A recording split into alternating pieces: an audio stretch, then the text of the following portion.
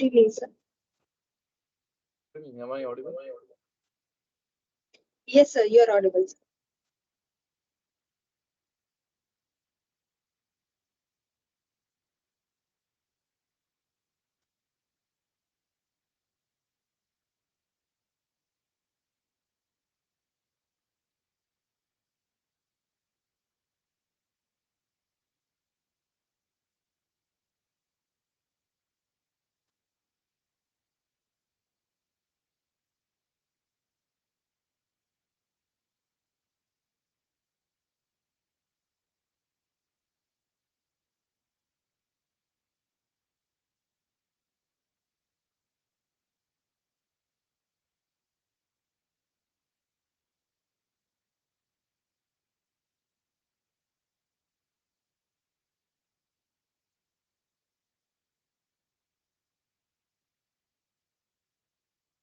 So we'll wait for 5 minutes. Let the people join.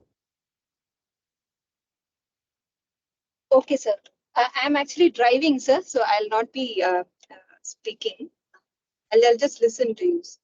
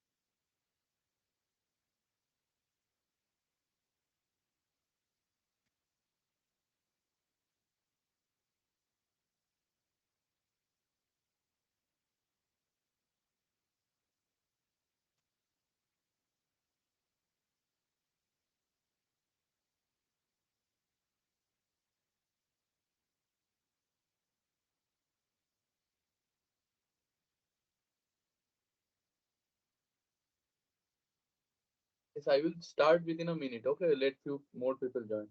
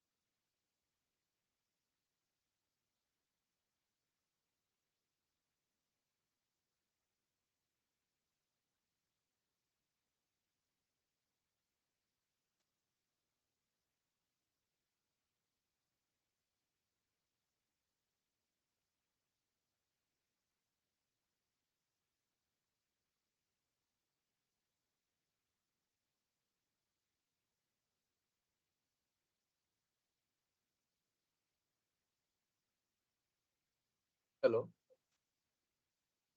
am I audible?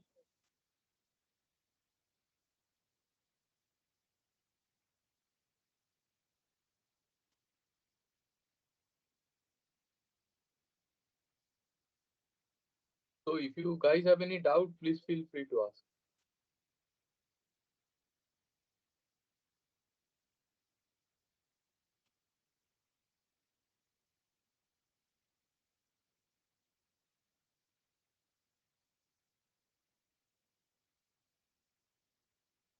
So could you allow me some 15-20 minutes, sir? I'll just reach home and then I'll start asking. Yes, yes, yes. Just whoever Others, is yeah, yeah, just yes, yes. otherwise at the end of the session also you can ask. Guys have any specific doubt? I have planned this session such that by solving the problems, you will most of your doubts will get solved. So even if while solving the problem, if you face some doubts, you can let me know. So we can discuss that before starting the session.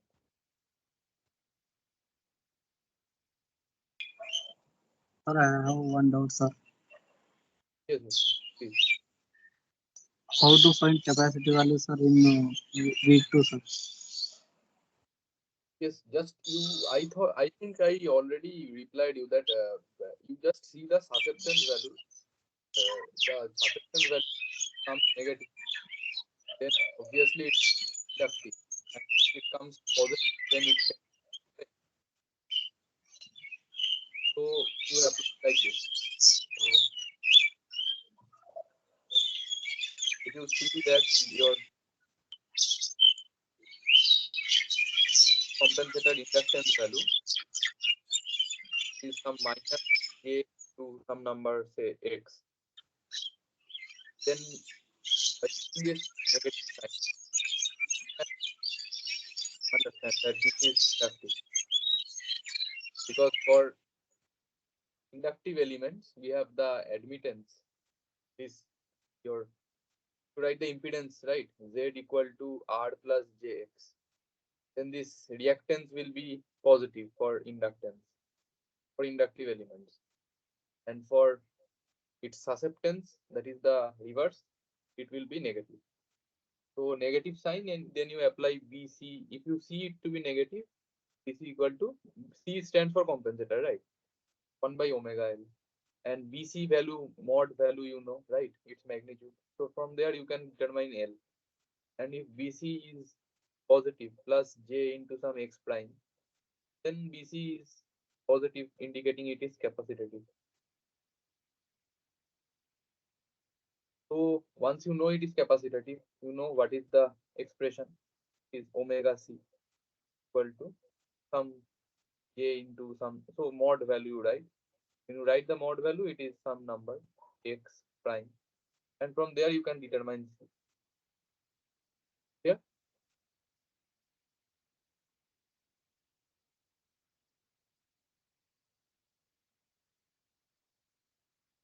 Hello. So first you determine whatever compensator problem is being asked. You just see what it is asking, what type of features you want, as we have discussed already in week 2 and 3. What features the question is actually demanding for determining the compensator. You determine the susceptance, and then after determining the susceptances, you just see the symbol, whether you are getting negative susceptance or positive susceptance. Accordingly, you can calculate the element value, realize those value of susceptances. Some negative values may come, or some positive values may come. You have to realize those values, those compensator values. So we use lossless elements as inductors and capacitors. So further going one step ahead, they may ask you to calculate the value of inductor or capacitor. So this is a solution. So you just apply the expressions 1 by omega L for your negative susceptance for inductor calculation, inductor value, and positive susceptance, you just apply omega C, and accordingly you will get the values of L and C, right? So let us go ahead with the session first. For some recall, some previous concepts, I have kept some few numericals, some basic numericals, right? So this numerical we already discussed in the previous week 2, I think. We have already discussed this. But just to recall that whenever they ask you to determine the value of the compensator or calculate using these features, load balancing and power factor correction, all these features they ask you, and you calculate by using this formula, right? So I will write down the formula. So BAB, BBC, and BCA you determine using these expressions.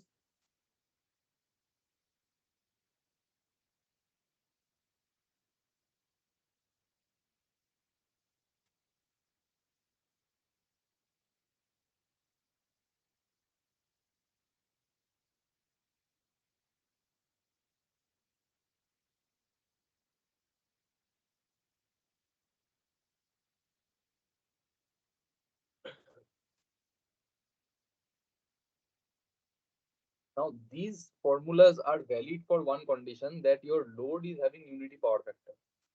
Please remember that when you design the compensator for attaining these features like load balancing and power factor correction, you are talking about load side power factor to be unity.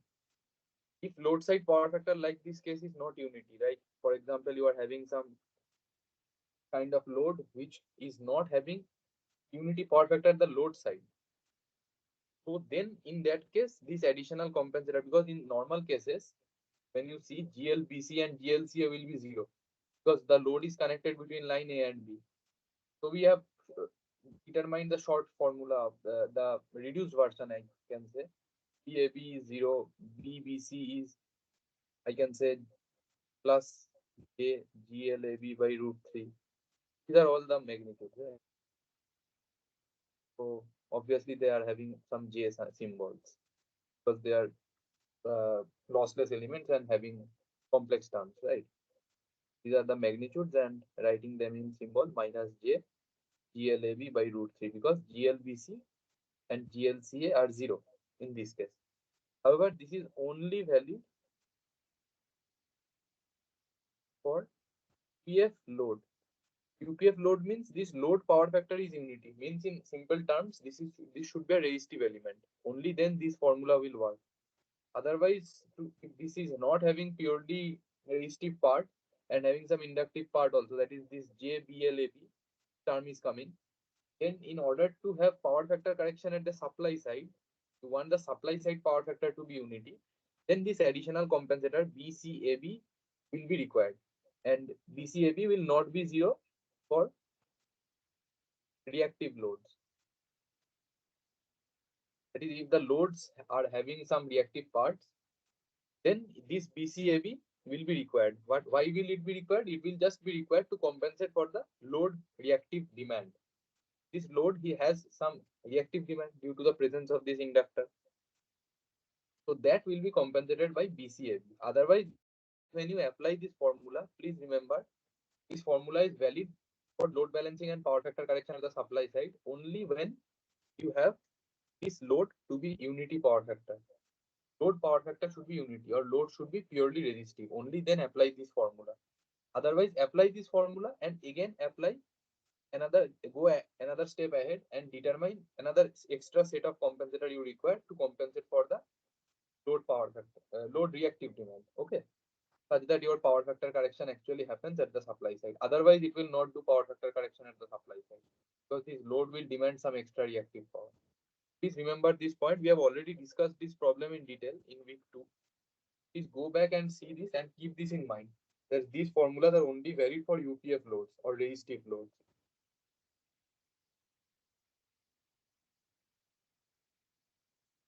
So coming back to the next problem.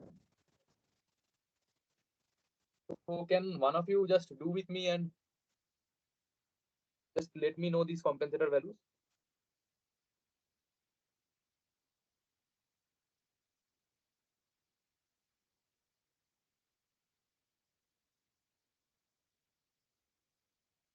Hello. So you know, right, that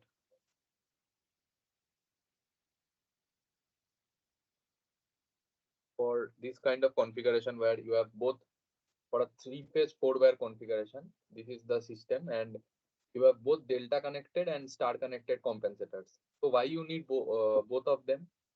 That is 6 set of compensators, one set connected in star in the neutral and one in delta. So why you need both of them? Anyone recalls?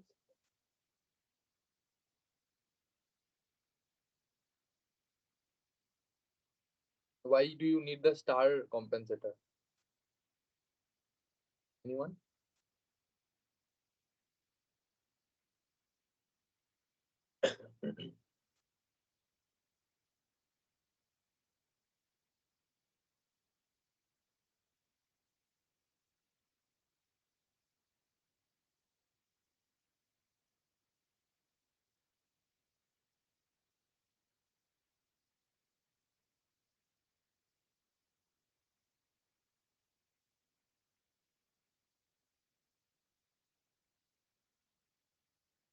Hello?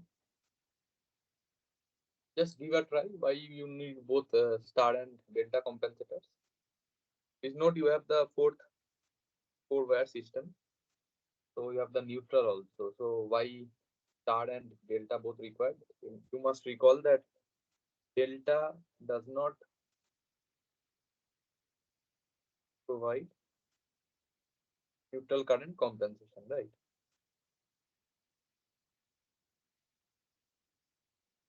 And without attaining neutral current compensation, you cannot go for load balancing. So that's why star compensators, with a philosophy that star compensators will be needed for neutral current compensation and power factor correction, and delta will provide load balancing. That is, after you have provided the power factor correction and neutral compensation, the delta compensators will provide the load balancing. And the values of the compensator will be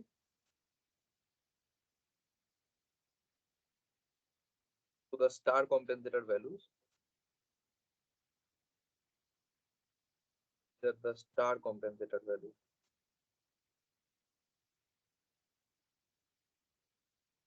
So this is dependent on the load susceptance as well as the conductance, and I'm writing it down.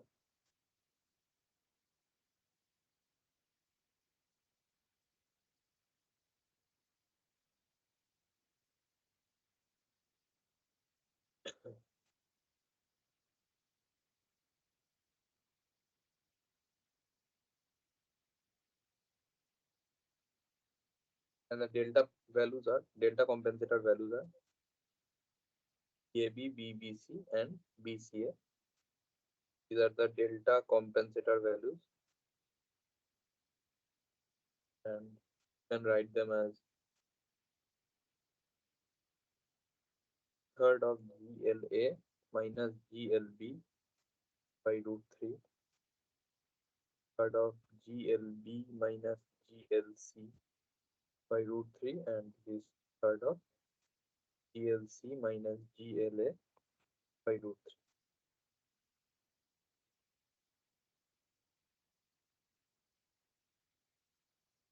Yeah. So I think now you can determine each of the compensator susceptance values, and from that just see whether they are negative or positive. If they are negative, apply B equal to 1 by omega L, calculate the value of L. If they are positive, apply B equal to omega C, calculate C. So you just note this problem down and tell me the value of L and C for all 6 compensator elements using this formula. Okay. So you can do that and just post in the group or let me know. So that problem will be solved, because one of the persons made sent me a message regarding this problem. So that's why I took it up in this class. So and can you determine the value? Just read the problem, that assuming that you have calculated the compensator values and have attained these lossless, after putting these lossless elements, you have attained the load balancing and power factor correction, and you have applied that and achieved unity power factor per phase. Now you are asked to calculate the RMS value of the supply line currents, knowing that one load is connected having drawing 60 ampere at 0.85 lagging power factor. So can you calculate the three currents assuming a balanced condition? So that should be easy, right? So what you will do, anyone?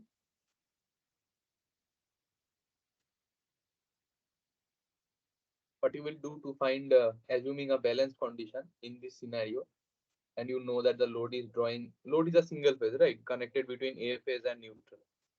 So you know this information, and now you know that you are having load balancing and unity power factor at the supply side. So now you are asked to calculate ISA, ISB, ISC. Will these three currents be equal?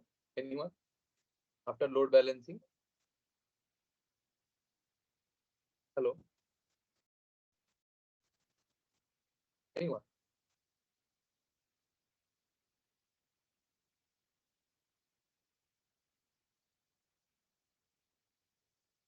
So load balancing will ensure that the three phase currents are equal, right? So obviously ISA, these amplitudes will be equal, right? Obviously they will be displaced by 120 degree in a balanced condition, but their amplitude will be equal in a balanced scenario. Now, assuming that it is balanced and having unity power factor at the supply side, can you tell me what is the value of ISA or ISB or ISC? So just divide the power among the three phases, right? So what you will get?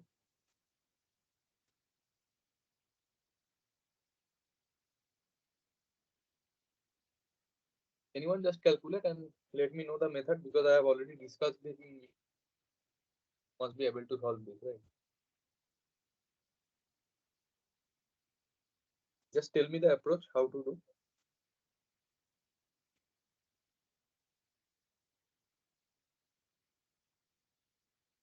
What shall be the philosophy behind calculating the currents in this balanced scenario and this unity power factor condition? So I should do the power balance, right? The three phases should have equal amount of active power.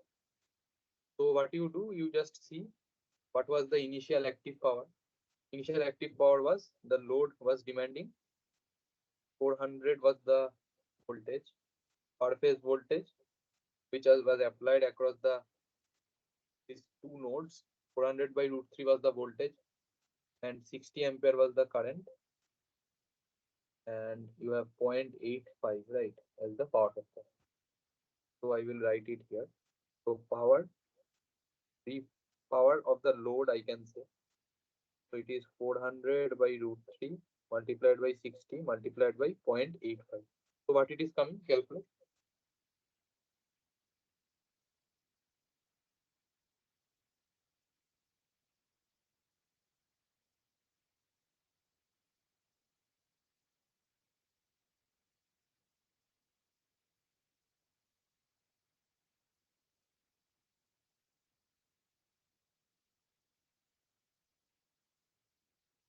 So around 11,777, right? And from that, you just split the power, active power among the three phases. So P per phase, you just do 7777 by 3. This is the power per phase, and the per phase voltage, you just divide it with the per phase voltage. you will get the line current, because in star line and phase currents are same. Actually, you will get the phase current by this, and the phase and line currents are same. So RMS current you will determine what it is coming.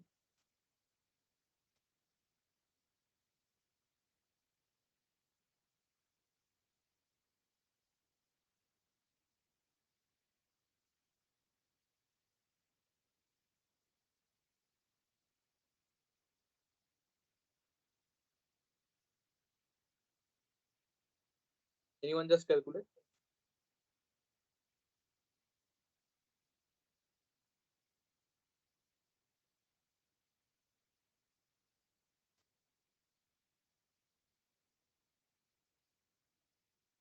Hello? Hello, am I audible? Because none of you are responding. So Yes, you are audible, sir. yes, so kindly calculate and let me know the answer. Because without practice, it will be of no help, right? And you should solve and ask me the doubt in the session such that I can be of help. The session should be interactive, right? You solve with me and then we'll proceed, right? Don't worry about the time, just solve the problem and let me know whether you understood or not. So what it is coming? Anyone?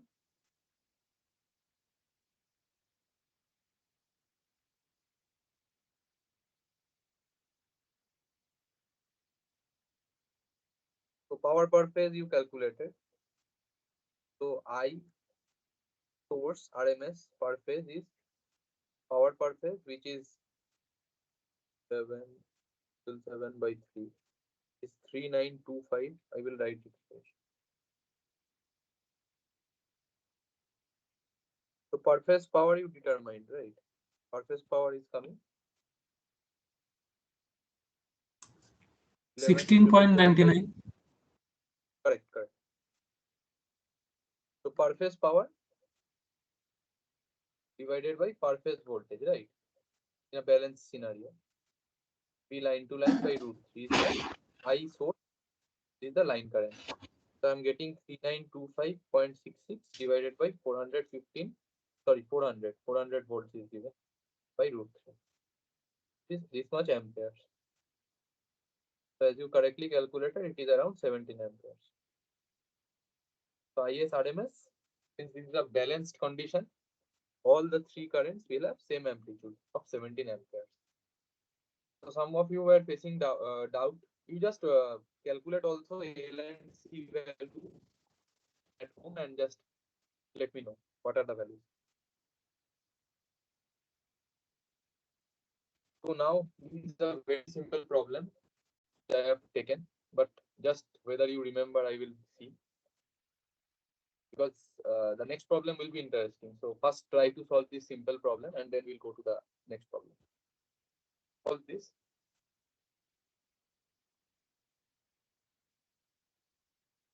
So it is given that it is a quasi-square waveform. What do you mean by quasi-square? That 150 degree, right? So maybe this is 30 degree, 150 degree, and then again 30 degree.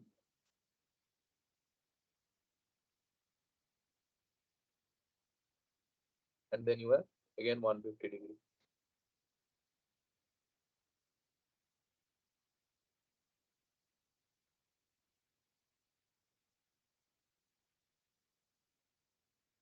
Maybe this is 15 degrees, right?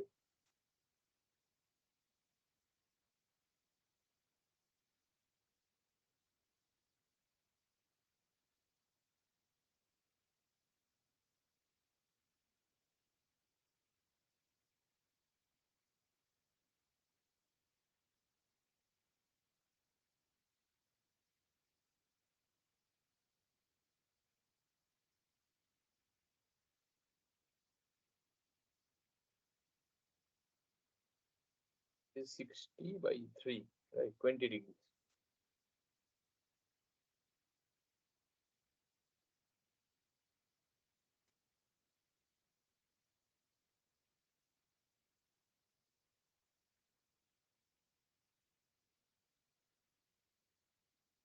But you also have 15 degrees.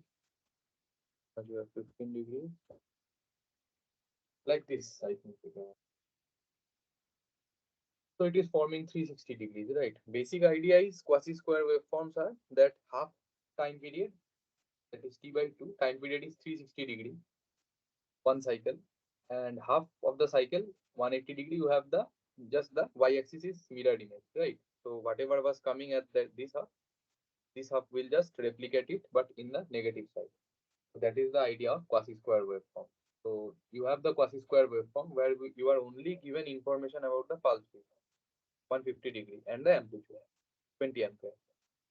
So you must recall that when we discussed the first in the week 1, the Fourier expansion. So this was 4 into some magnitude, the peak magnitude, where this magnitude is I, for example, by n pi, cos of n alpha, sine of n omega t. This was the Fourier expansion of this signal x of t, where n goes from 1 to infinity. Now it has another form where we can write, now this is alpha, right? This 15 degree where what we wrote, this particular difference, that is the shift, we can tell where the signal is not having any value. This is 15 degrees. So this is alpha. We can also write that in terms of this pulse width. So if this is 2D, then we can write xt as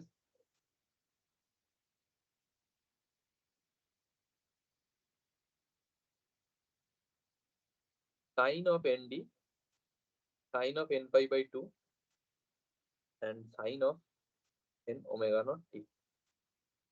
Now you must also recall that the third harmonic components are not present in quasi-square waveform, right? As you can also see from here, that these will be, if you put n equal to 3 and just see, then those components will not be present, right?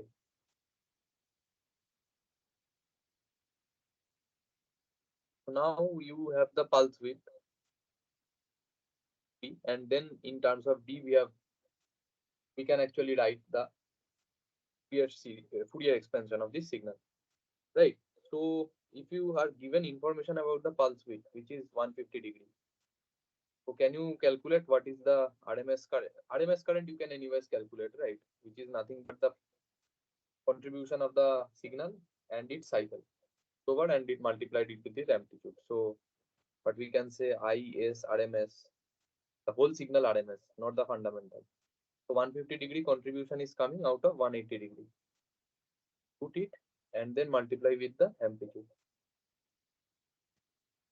Why we are doing it? I already explained that in the RMS, root mean square, we first square the signal, then mean it over the cycle. So when we square and mean it, and then try to determine the square root over of the mean value, then the contribution is only coming from 150 degree out of 180 degree, or even you can do 300 by 360 degree whole root, and then multiply. Same answer will come. So this is the RMS value, which is of the overall signal. So what is the value that is coming? RMS value. Value.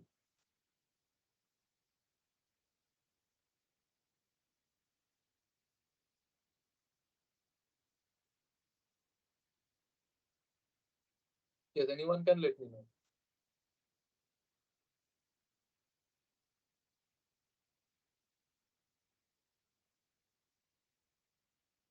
Hello.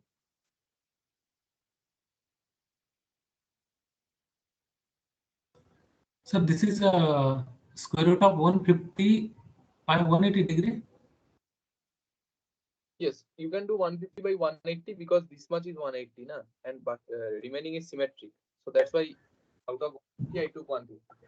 Or else you can do overall 360 and this is 300, because otherwise the signal is 0. So this is also 150. Out of 300 you got the, out of 360 you got the contribution in 300. So like that you can calculate the RMS value. So what the answer is coming?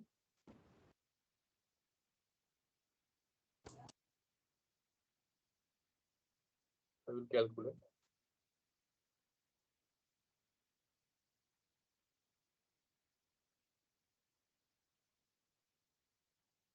Around 18.25 is coming amperes. Now calculate the fundamental RMS. So for fundamental, you see the Fourier series and IS1 RMS. What is that? This is the peak. So 4I by 1. N is 1 for fundamental. Pi. This is the peak by root 2. This is the RMS. So 2 root 2. However, you have one more term. Sine of 1D. So sine of D you can write. And obviously sine pi by 2 will be 1. So 2 root 2 by pi to sine of D. Now D is 75 degrees. So what it is coming?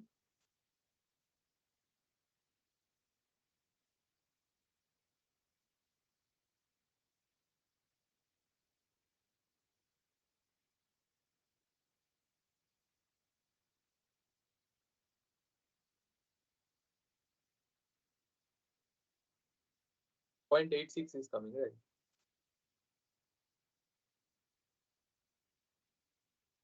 Into your amplitude of the signal, right? Which is I, 20.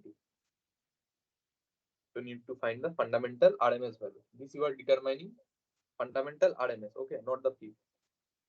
So calculate and let me know.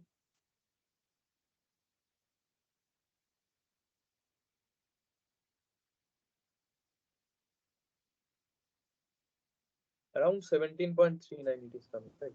17.40 ampere. Yes, correct. So this was a simple problem where you have a quasi-square waveform, and this was just provided for a warm-up for the next problem, right? So solve this problem.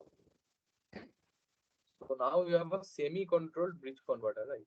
Semi-controlled means that you have thyristor and diode in one leg, and similarly other leg you have one thyristor, one diode, and you have the supply here, AC mains, single phase supply, and you have the load connected here. So this is a DC load current which is constant. So that means it is a large inductor with some R. So this can also be emulated as some constant current source.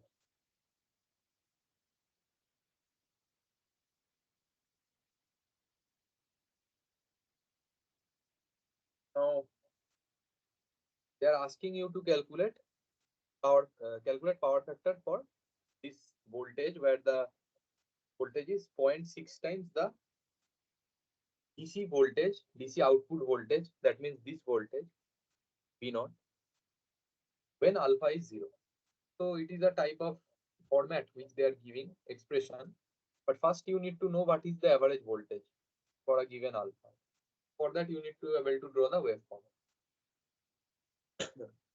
So for example, this is the supply, and this is Vs, this is omega naught into T, and you give the pulses here. So what will happen?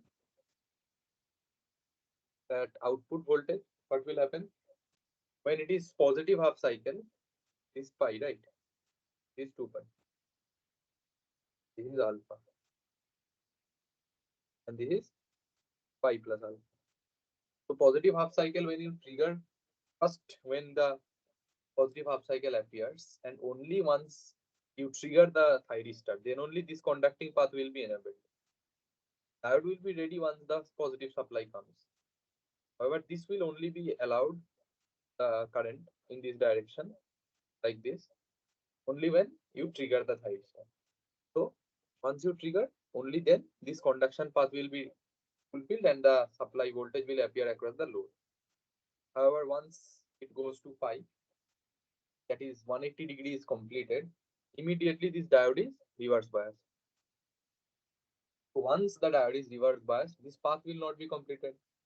Thyristor may not turn off due to the current continuity, but the diode, this diode is reverse bias, so it will not allow the current. So once the inductor does not find any path for its current to be continuous, since it is a very high inductor, it will want its current to be continuous. So as you know by L di dt, When the current tries to cease, then the LDIDT voltage will reverse its polarity to enable the current to flow in the same direction, and a very high reverse polarity voltage will appear across this diode. First, when it was charging, the inductor was charging, polarity of the voltage across inductor was like this, because current was like this. Now this current tried to cease due to reverse biasing of this D2. So immediately this inductor will reverse its polarity and allow the current to flow through this direction, and this large voltage LDIDT will forward bias this diode.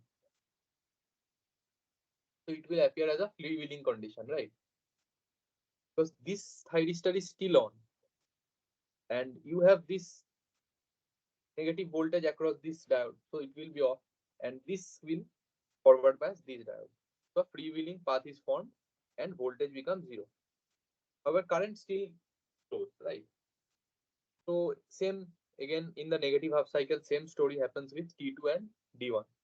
So again with 2 pi it is like this. So this is the kind of V0 waveform. So what is IS? The source current. Only source current is flowing in this condition. That is between alpha to pi. Otherwise it is freewheeling. So source current is not reflecting. The load current is flowing here in the freewheeling scenario. Source current remains zero. So in that case, it is like this. Again, pi plus alpha, 2 pi. It is there. So it is like a quasi square, but not actually, because half cycle when you see this pi, it is not fully quasi square, but we can tell it like a quasi square with a shift of alpha by 2. When you shift it by alpha by 2, then you can see fully the quasi square, that is alpha by 2 this side, then again alpha by 2 this side. What I mean to say is that it is a shifted quasi square. So we can determine the fundamental RMS and all those things, but first we need to know what is this voltage. So just apply V0, whatever is the waveform, this is some V into sine omega t, and then average it over 1 by pi, then you have from alpha to pi.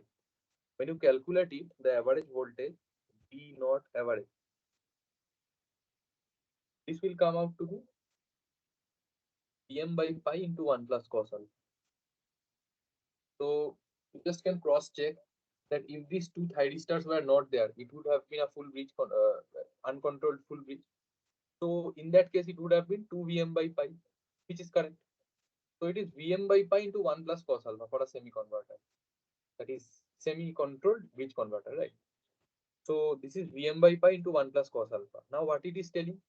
VDC0. In the problem it is given VDC0 is the DC output at alpha equal to 0. So can anybody say what is VDC0 actually? What is the actual value of VDC0 for this problem? Anyone?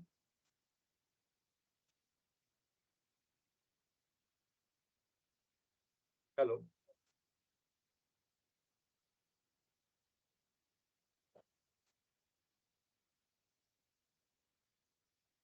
Just put alpha equal to 0 in this equation. What is this? When you put alpha equal to 0, you get VDC0 is Vm by pi, 2 Vm by pi. So now you are given that already you are facing a V0 of 0.6 into VDC0. And your voltage expression from this equation, what is Vm by pi in terms of VDC0? Is VDC0 by 2 into 1 plus cos alpha. This step is clear or not? Please let me know. In the problem it is given, you have output voltage 0.6 into VDC0. So we took this information, and from this expression of output voltage relation with alpha, you know that Vm by pi is VDC0 by 2. Whatever is the 0 VDC voltage at 0 alpha, that by 2 multiplied by 1 plus cos alpha is the expression. So from there you can calculate the value of alpha. And once you know the value of alpha, you know the value of the power factor. Anyone, just let me know what will be the next step. That is, what will be alpha value? First you calculate alpha value. What is alpha coming? Just solve this equation.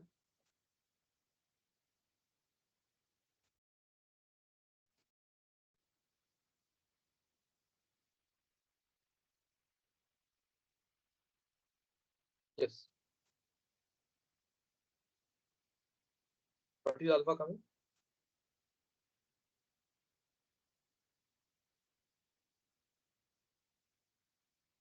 Sir, VM is 230 volt. Yes, VM is the peak voltage. PS is Okay. sorry, PS is 230 volt, so VM is 230 into root 2. Okay. But VM you don't need in this problem because everything is encoded in terms of VDC0. This VM is hidden inside VDC0. Okay. So just solve this equation and tell me what is the value of alpha.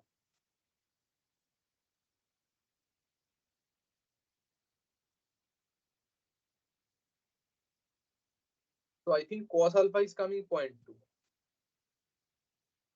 So alpha will be cos inverse 0.2. What is it coming?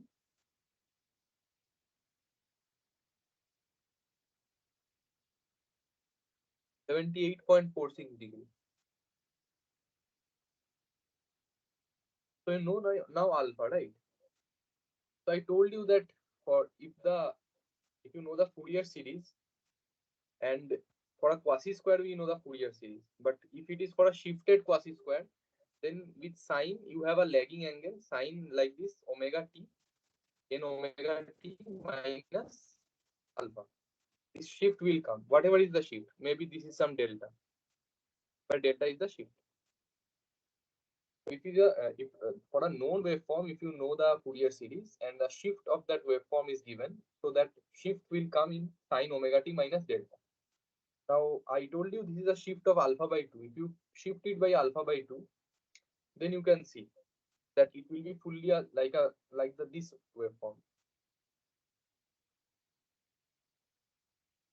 where you have equal contribution of alpha here, here, here, and here. So to get a waveform like this around the half cycle, what is half cycle here? Half cycle is pi only, right? Let's see. Half cycle pi here. Now if you shift it by alpha by 2, you will get some alpha by 2 here.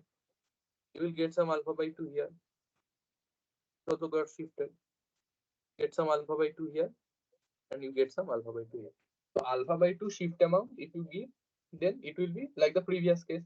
And hence, once you know the shift, then the displacement power factor is also known.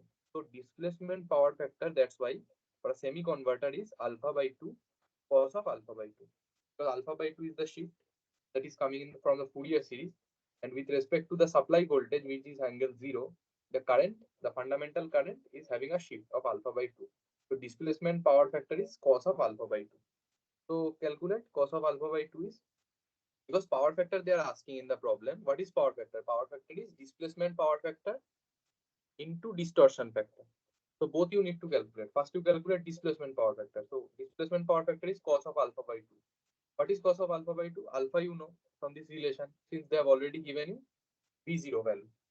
So once you know V0 value, you apply in this expression, calculate alpha, and then calculate cos alpha by 2 to calculate the displacement power factor.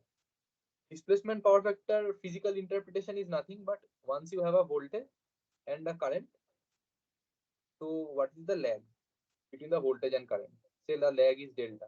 So cos delta is the displacement power factor.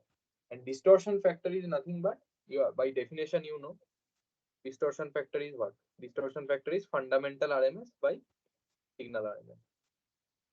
So first you calculate what is displacement power factor. We know the shift is alpha by 2. So cos of alpha by 2 is the displacement power factor. Cos of alpha by 2 you apply, what you are getting? 0.77. Yes, 0.77 is the displacement power factor. Now we also need distortion factor. For distortion factor, we need signal RMS as well as fundamental RMS. of that signal. Which signal? This signal. Now, as you know, if the signal is shifted, then its RMS value, neither its RMS value nor its fundamental RMS will change. It is a shifted version of the quasi square, which we previously solved. So you already know that for quasi square you have 2 by pi multiplied by sine of this alpha by 2, or what you are getting, sine nd, sorry. So either of the formula you can use. You can use this one or you can use this one. So if someone asks you to calculate the RMS value, you can apply both of the formulas, right? So, but be cautious that it is for this waveform, that quasi square. So the RMS values of the signal, that is amplitude values, will not change. These values will not change, even it is a shifted version. These values. Only if it is a shifted version, a shift will come here inside the sine term. So shifted versions will have shift angle within sine. However, this RMS and all those values will be same. So just calculate the signal RMS. Signal RMS, how you can calculate? The signal RMS you can calculate for this problem. What is the contribution? This contribution is pi minus alpha over 1, that is pi. So if I say I need a fresh area.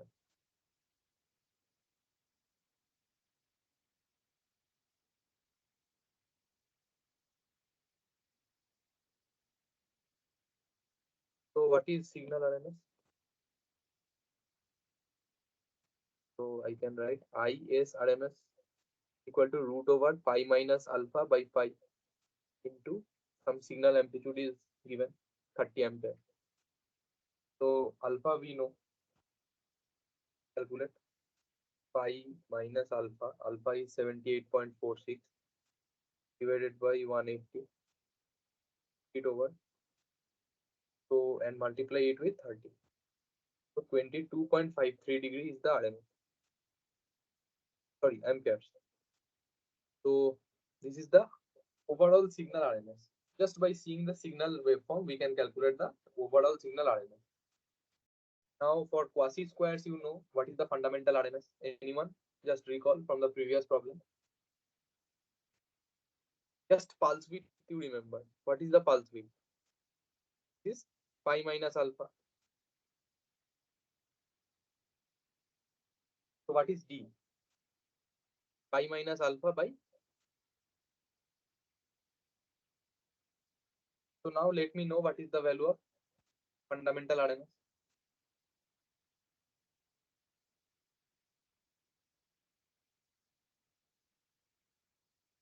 Fundamental RMS 22.53. Remember, is the signal RMS, right? So signal RMS is 22.53. Now calculate fundamental RMS to calculate the distortion factor. IS1 RMS. Now we were calculating. So what is coming? Anyone?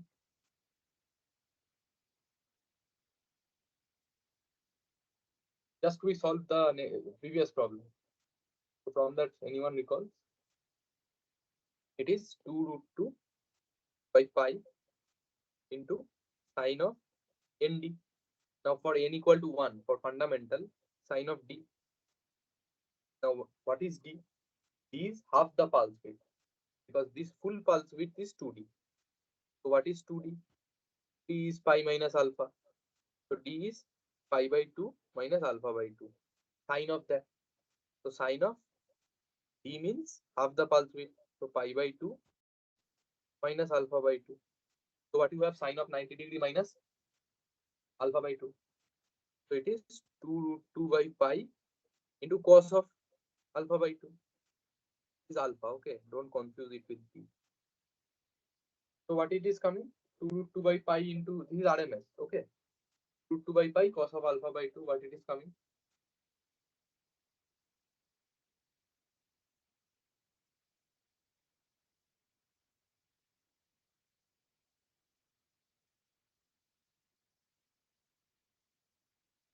Just calculate.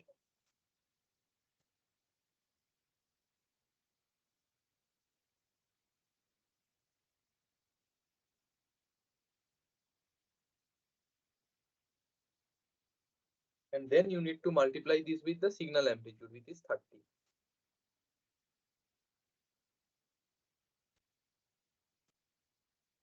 So 20.92, I think it is coming, 20.92 amperes. So this is 20.92 amperes. So these two, na? Signal fundamental RMS is 20.92 and signal RMS is 22.53. Divide the two and get to know the distortion factor for this waveform.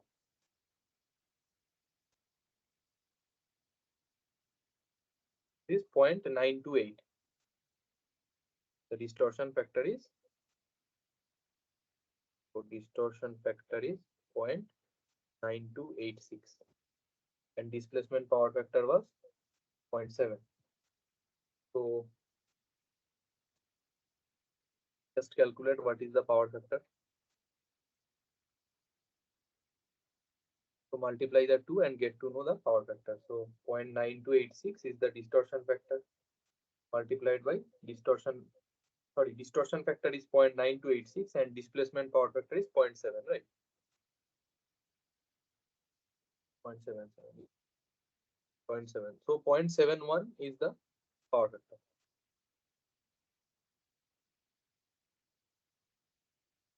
So clear? So you must have a, just don't no need to memorize, but just by seeing the waveform you should be able to analyze that it is a shifted version of some known waveforms and it does not have any implication on its RMS values of the fundamental or the signal values. Those ideas you should have. So for that only I took this problem. So now similarly next problem you just solve. It is easy. Only it is fully controlled bridge converter. So all the legs are thyristors now. 4 thyristors, single phase. Like this it is.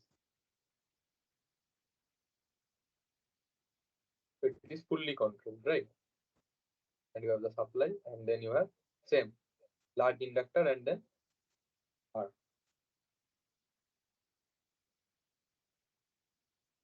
So again it is asking to calculate input supply power factor. And again VDC0 is given. So for a full converter you need to know what is the output voltage. Anyone knows? So for a full converter, fully controlled converter, a single phase. Anyone? V0, what it is? For this to be Vm sin omega t, the supply. What is V0? Fully controlled, it will be 2Vm by pi into cos alpha.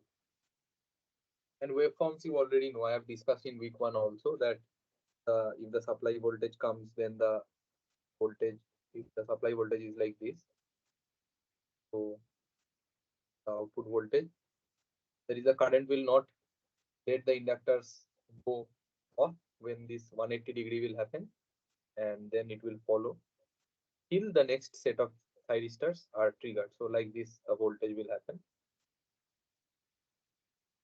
Will keep on happening like this. So this is output voltage. So you integrate over alpha to pi plus alpha and mean it over pi. That is one conduction is pi, and then you get the formula when you average it over one cycle. So just remember 2Vm by pi cos alpha. Now if you encode it using VDC0, what is VDC0? When the alpha is 0. So when alpha is 0, what is V0? It is VDC0. And what is V0 when alpha is 0? Anyone? See this expression. What is alpha when alpha is 0? What is V0? It is 2Vm by pi. So VDC0 is nothing but 2Vm by pi. So I can write V0 as VDC0 into cos alpha. And in the problem, it is given as V0 as 0.8 into VDC0, which is equal to VDC0 into cos alpha. Just solve this, get cos alpha as 0.8. So what is alpha? cos inverse 0.8. So what is cos inverse 0.8?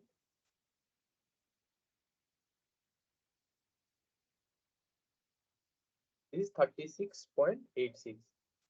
And you must also know that for the fully controlled bridge converter, the shift is alpha.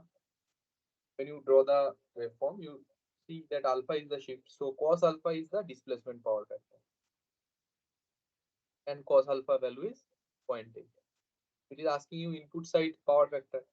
You already know the supply current. Supply current is having shift of alpha. If you draw the supply current, just draw the supply current.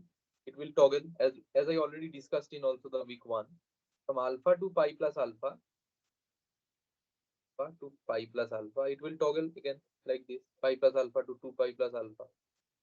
So you see a shift of alpha.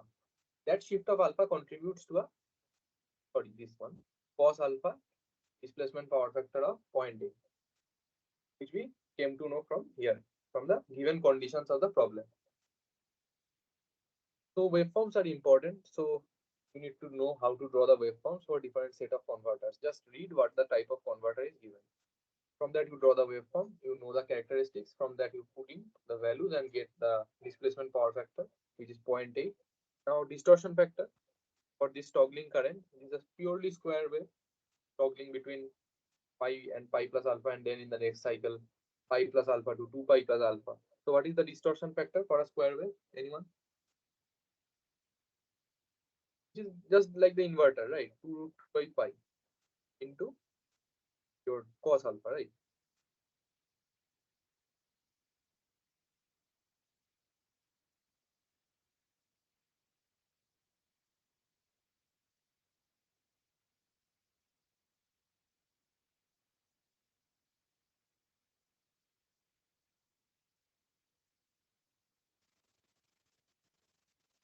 What is the distortion factor?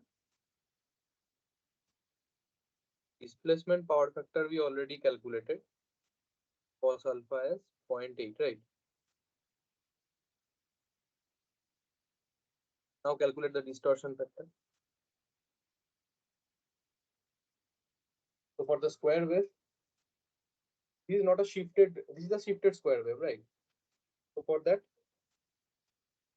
that shifted square wave, only that alpha will come within the sine term. So 4 I by pi into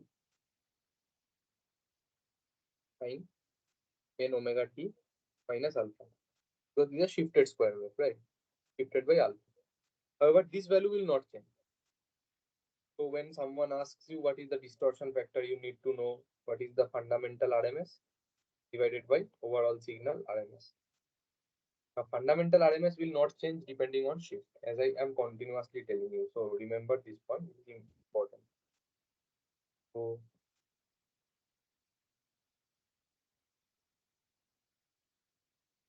shifted square wave fundamental does not change based on shift. So how much ever shift you provide, whatever be this alpha value, the fundamental RMS will not change, and obviously the signal RMS also will not change. So this parameter is independent of the shift. So what is the distortion factor? Root 2 by pi, only 2 root 2 by pi, okay? And what is the ISRMS? This is nothing but this signal amplitude only, which is 22 ampere. And this is 2 root 2 by pi into 22. This is the fundamental RMS. So just see what you are getting. 2 root 2 by pi only you are getting, right?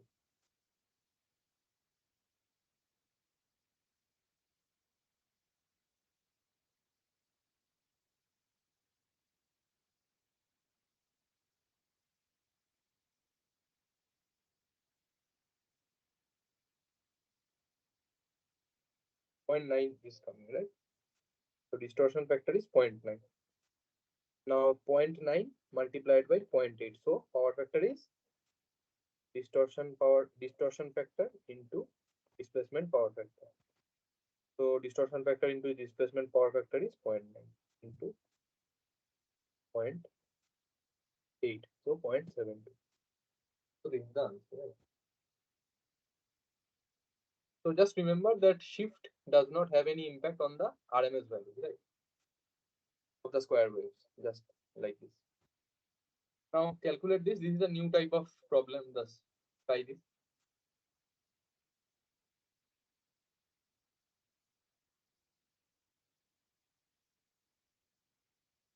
You need to draw the waveforms, right? So what is the scenario? Scenario is that you have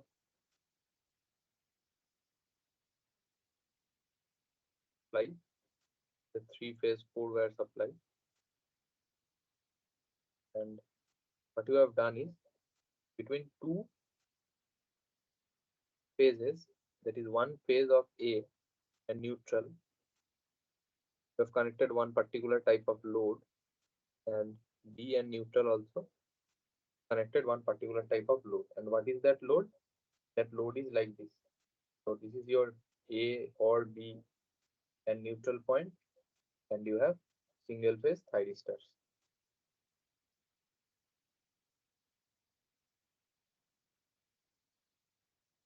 with continuous current load. So large L load. This load is connected at these points as there. So if this kind of load is connected, and I just told you that this will result in toggling source current, right? So this current, if you see the previous problem also, and we have discussed many such problem in week 1 also, the source current will be toggling between alpha to pi plus alpha.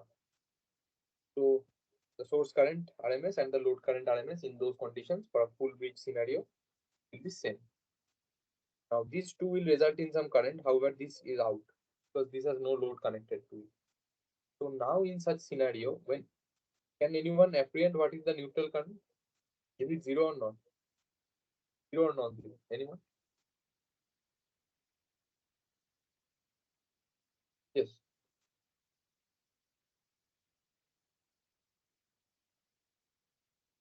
What is IN?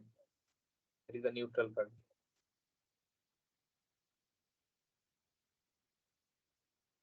Obviously, the toggling currents of the source currents are shifted by 120 degrees because the applied voltages of the two phases A and B are also shifted by 120 degrees for a three-phase system. So, can you draw? First, tell me what is the neutral current in this scenario.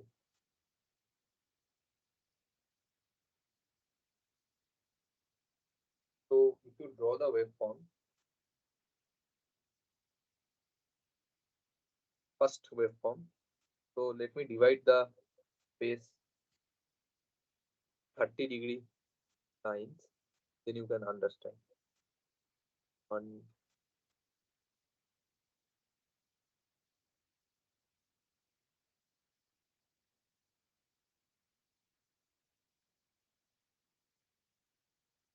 so 12 such lines makes it 360 degrees.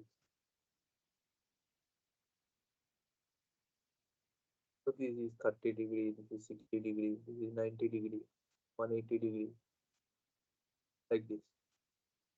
Sorry, 90 degree after that.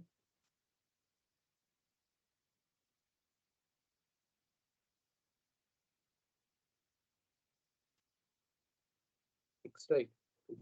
5, 6. Okay.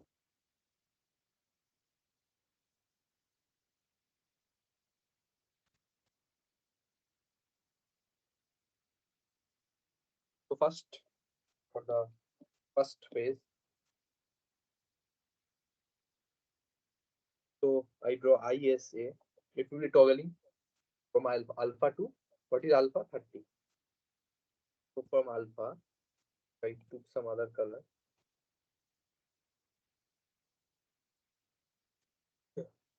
So alpha to pi plus alpha. So 180 degree you just add from up to 110 will be there. And then this will also be negative because it will be toggling within plus minus I naught. So this is plus whatever is the current magnitude given, 25 ampere. So plus 25 and minus 25. It will be toggling, right? Again 180 degree.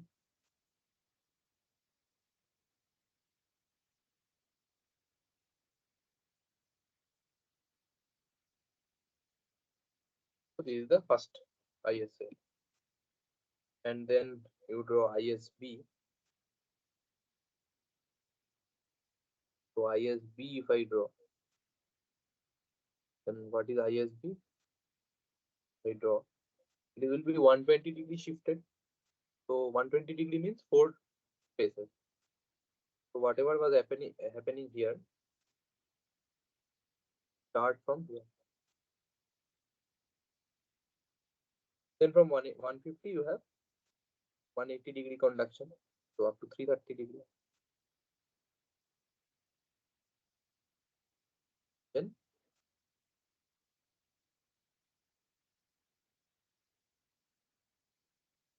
like this. So where is the overlap happening? To add, what is IN, neutral current? It is ISA plus ISB plus ISC by Kirchhoff's current rule. It is ISA, ISB. ISC is 0, but let us give a convention. Then your neutral current, these 3 currents are emanating from this. So,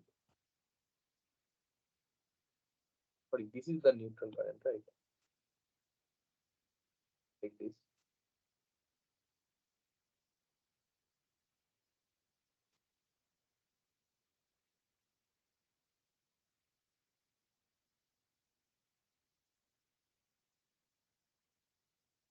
So this is the neutral, right? One of you told me diagram was slightly correct. This is the N, right? The N should be connected to the neutral of the system. And this is the C. So this is A, C is B. So B phase should be connected to here. So you can also understand it. So now, if these are the 3 currents, ISA, ISB, ISC, then the neutral current should be sum of the 3 by Kirchhoff's current rule. And this should hold for all conditions true. So now, ISC is 0 because no load is connected between C and N. So what is IN? It is ISA plus ISB. Just sum ISA and ISB and draw ISN. We'll see that only this area is overlapping. So this is also plus 25 and minus 25. So this is plus 50. Again, this area is overlapping and this area is overlapping. Other area, it is 0 because plus 25 minus 25 when you add will cancel. If I draw the waveform with some other color, it is like this.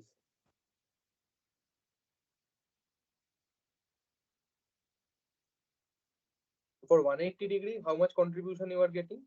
2 into 30, so 60 degree contribution. So RMS of neutral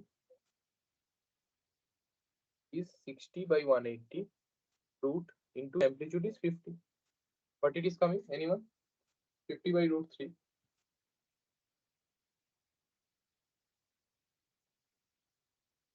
Around 30, 29 ampere, right? Around 29 to 30 ampere. So I hope the concept is clear, right? That how to find the neutral current waveform. Like this also one more problem we did where we have the 3 phases and we drew the neutral current. And we found that for square waveforms toggling between plus minus 25, the neutral current is not 0. Although the condition is balanced, ISA, ISB, ISC shifted by 120 degree, but only for sine waveforms that thing happens. That if ISA, ISB, ISC are balanced sinusoidal waveforms, then only their sum 0. But if they are square, their sum is not 0. That problem we did in week 1. Kindly have a look. So then the neutral current RMS is also same as the phase current RMS in square waveforms in this condition. But here it was different scenario because 3 phases were not conducting, only 2 of the 3 phases were attached with load. 1 phase was not conducting as no load was connected. So like that. In every scenario, if you are given such a problem, you have to draw the waveform, the phase currents, and sum them up. This is the basic concept that the neutral current is always by Kirchhoff's current rule found to be sum of the 3 phase current. So once you have the phase current waveforms, you will be able to draw the neutral current waveform. From neutral current waveform, you can easily find out the RMS value. And also it is possible to find out the fundamental RMS by quasi signal. You take just this pulse width, 60 degrees, and for 60-degree pulse width, you know how to calculate a quasi signal fundamental RMS. I have just done that few problems before. So anything they can ask, and for that you can just draw the waveform. You can, right. So before moving to the DSTAT, more problems on DSTATCOM and then series compensator, all those things. Any doubt up to this point? You can let me know. So, hello. Hmm. So in the previous slide, you had mentioned it is 60 degrees conduction out of 180. But in that 30 degree is positive and 30 is negative. No issue, because it is No RMS. issue. Because Okay. but in RMS, what you do in RMS, you first square the waveform. This waveform will immediately come to the top. Whatever is the negative, when you square it, Mhm, take the mean. What is RMS? mhm. RMS is square, mean, then root. Okay. When squared, the negative comes from the top, and then you take the mean. So equivalently, why we are taking 180 is the reason, because when you take the square of the waveform, this waveform, the 180 part and 180 to 360 part repeats itself. This negative part, when it pops up, when you take the square, these two Mhm, parts, these two segments, 180 up to 180 and 180 to 360 become symmetrical between us. mhm, So what is the overall contribution? Writing 360 out of that 60 into 2, or writing 60 out of 180 and then root, everything is same. Just identify the symmetrical portion that is repeating after squaring, and then divide it with the total cycle, what is repeating. The contribution by repeating cycle, root it over, and then multiply with the signal amplitude, right? Whatever is the signal amplitude. The signal amplitude you take because it comes out of the root and becomes actual signal amplitude. So actual signal amplitude is 50. So 50 by root 3, when you do it, is around 30. So neutral current RMS, that is how we determine. Right? Similar problem we also did in week 3, where all the three phases were conducting. Then also the neutral current was not zero but was toggle, and it was like that. So it is a quasi square because one of the phases is not conducting. But one of the problems where three phases were conducting like that, it will be toggling, just a square wave. So just see those problems, it will help you in the exam, because in the exam they may ask some different waveforms, and then you can just see the waveform and then answer accordingly, because they may also ask what is the fundamental RMS component. If they ask such, then you know quasi square how to apply. Just see the pulse width and apply the formula, then you will get the, also you can get the distortion factor. Many ways the problems can be formed, right? So first you need to know how to draw the waveform and then calculate the RMS value or the fundamental RMS, and then accordingly the crest factor for this waveform, or the distortion factor, or the power factor, anything they can ask, right? So any more doubts? Okay, sir. So one doubt, like in the previous sessions, there were some questions about loads with inductance, Yes. and for example, you assume a load of 20 kVA with an inductance or with a power factor of 0.8, and in the first step, we are actually calculating what is the impedance.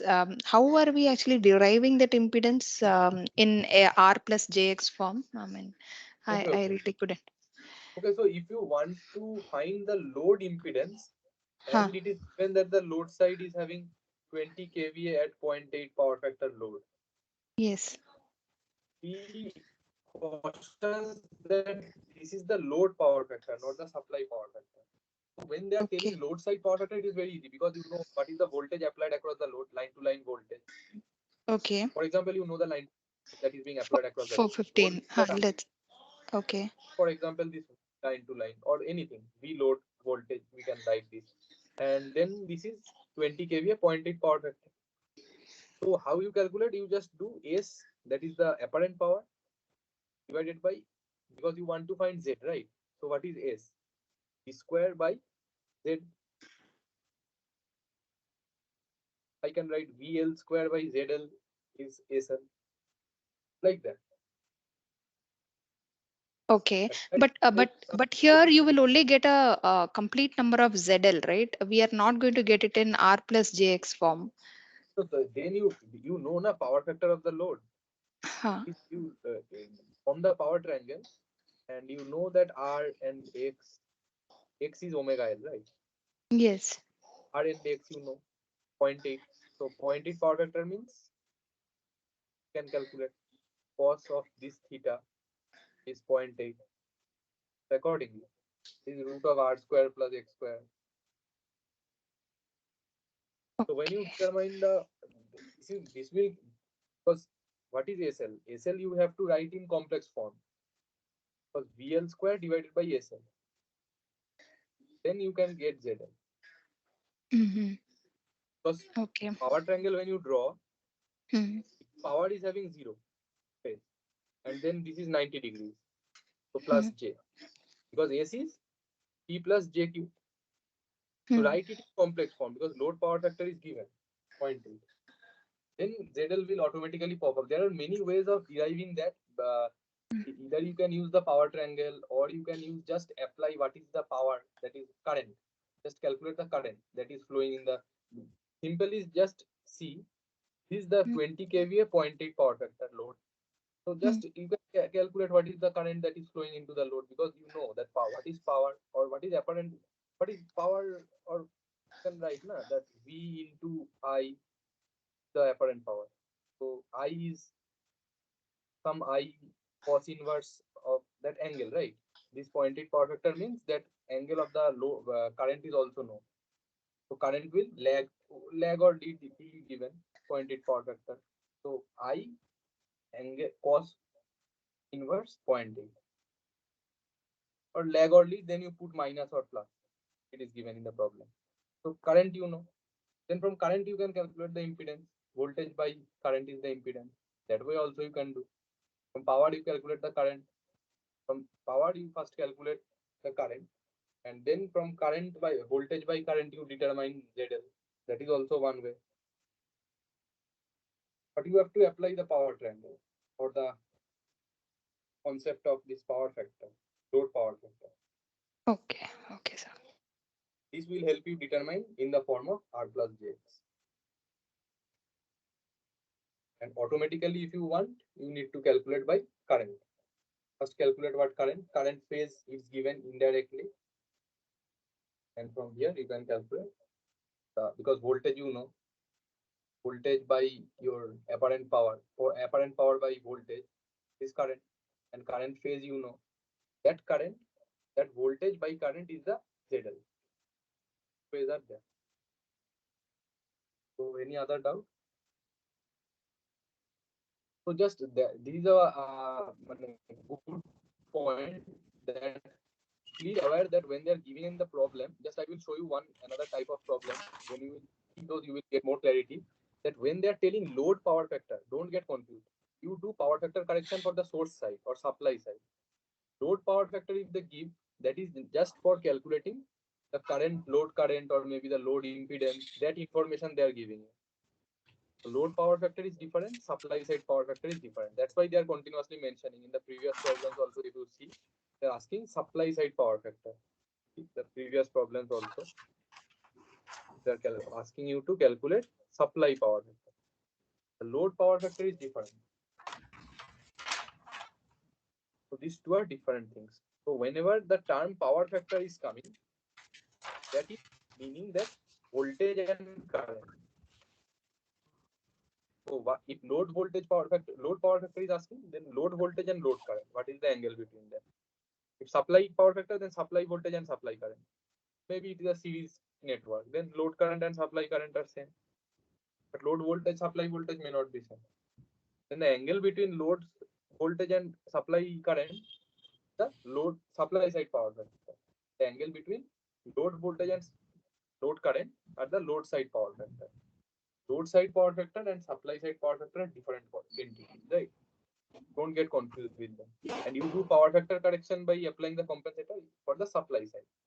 Just see this problem, you will get more clarity. So try this problem. You know the fundamentals of DSTATCOM, right? Why they are used?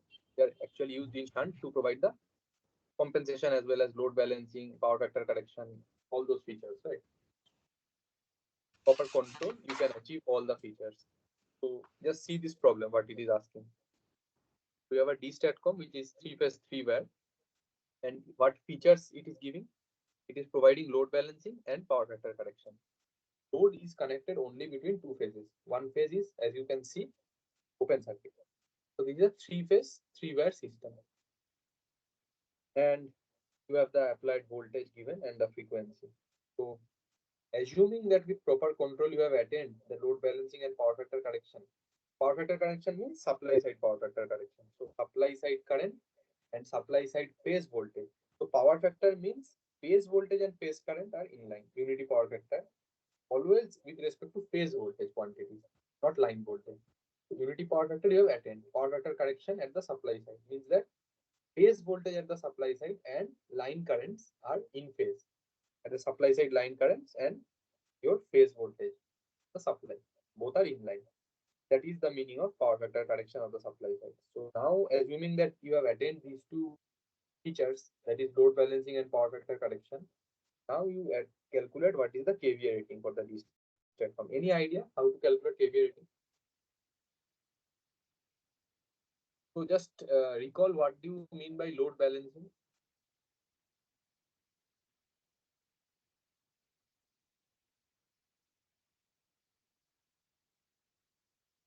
Hello. All three phases have to have the same current. Yes, current amplitude, right?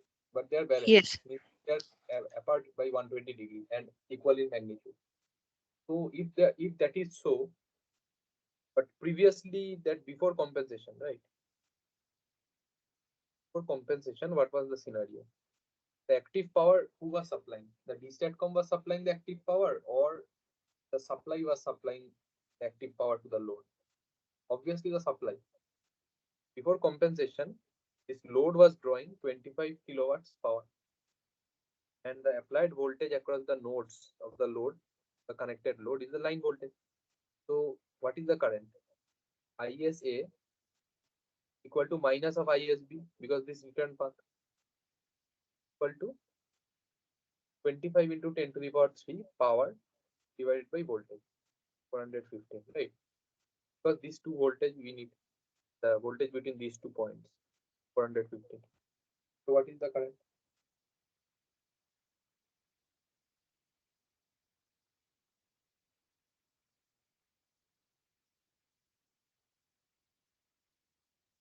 $60, right? And since it is unity power factor, the phase will be 0 degrees. Because unity power factor load also is there, right? So even before compensation or after compensation, your power factor will be 0 only. That is, sorry, power angle, but current angle will be 0. So now this is already unity power factor, right? So after compensation, what do you assume? What will happen? Anyone?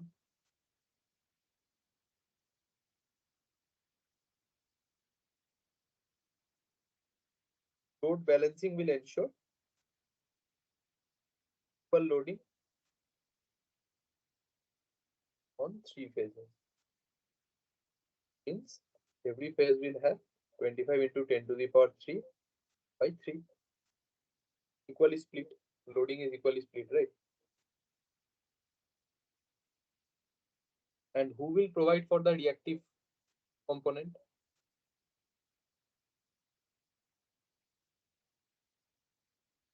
Do you need That any is reactive, that. or do you need any reactive compensation here? No. Because the load is linear and unity Linear. power. So what is the DSTATCOM actually doing sitting there? Don't need any reactive power, and the load is completely linear. So what is the DSTATCOM actually doing? It is not pushing any reactive power, because the DSTATCOM can only push reactive power because you don't have any source of battery sitting here. So it cannot push any active power to the load, that is for sure. But by analyzing the circuit, we see that it is not also pushing any reactive power. So what it is doing actually? Yes.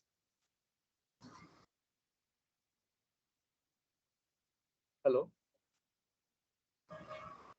It is actually balancing the load across these Yes. two phases as one phase So is by open. proper control strategy, what it is doing by switching action, it is making the supply look to its load as if it is a balanced load, balanced R load connected at the three phases. The DSTATCOM is ensuring that. So this plus this is behaving as a load, and the only job of the DSTATCOM is to ensure, make it appear to the supply that equal loads, equal resistive loads of some different values are connected across these three phases, A, B, B, C, and C. This is the role of the DSTATCOM. So for that only we are doing 1/3 splitting of the power among the three phases is coming as.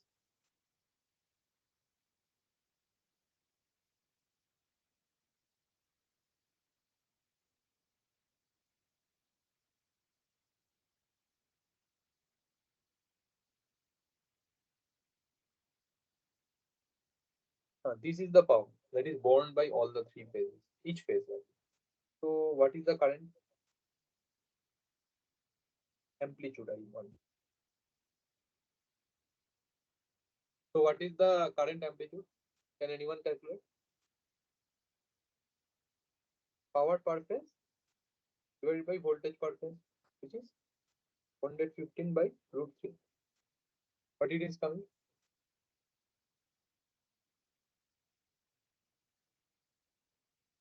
34.78, right?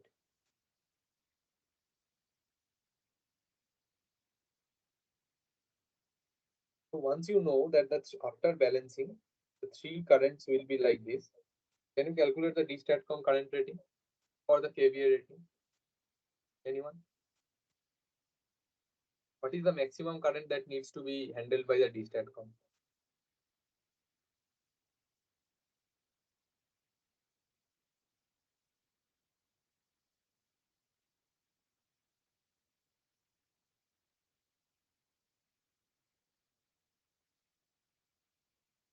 Anyone?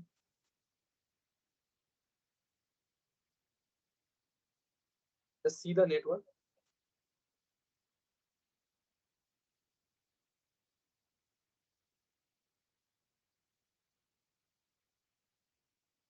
Two times of ISA.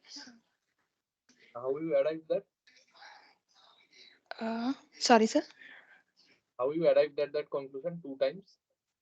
Um, because the load is connected between two phases, and Yes. at any point of time, there could be two phases which are conducting. So it has to, control the current, or it has to handle maximum current of two phases. No, but the load is balanced. After compensation, we are talking Huh. after assuming that the DSTATCOM is providing the load balancing, what is the current that the DSTATCOM has to maximum handle? Can you see one thing? This Just see this current ISC at the supply side. This current to bring this ISC at the supply side, because initially before compensation there was no load connected to ISC. So ISC was zero. It was open, right? Now we want load balancing. What does that mean? That ISC should appear. To make ISC appear, this node should, from KCL, this is open circuit, right? So this is zero. So this should flow through here. Agree? Provide Yes. that load balancing feature. Someone has to bring that current there.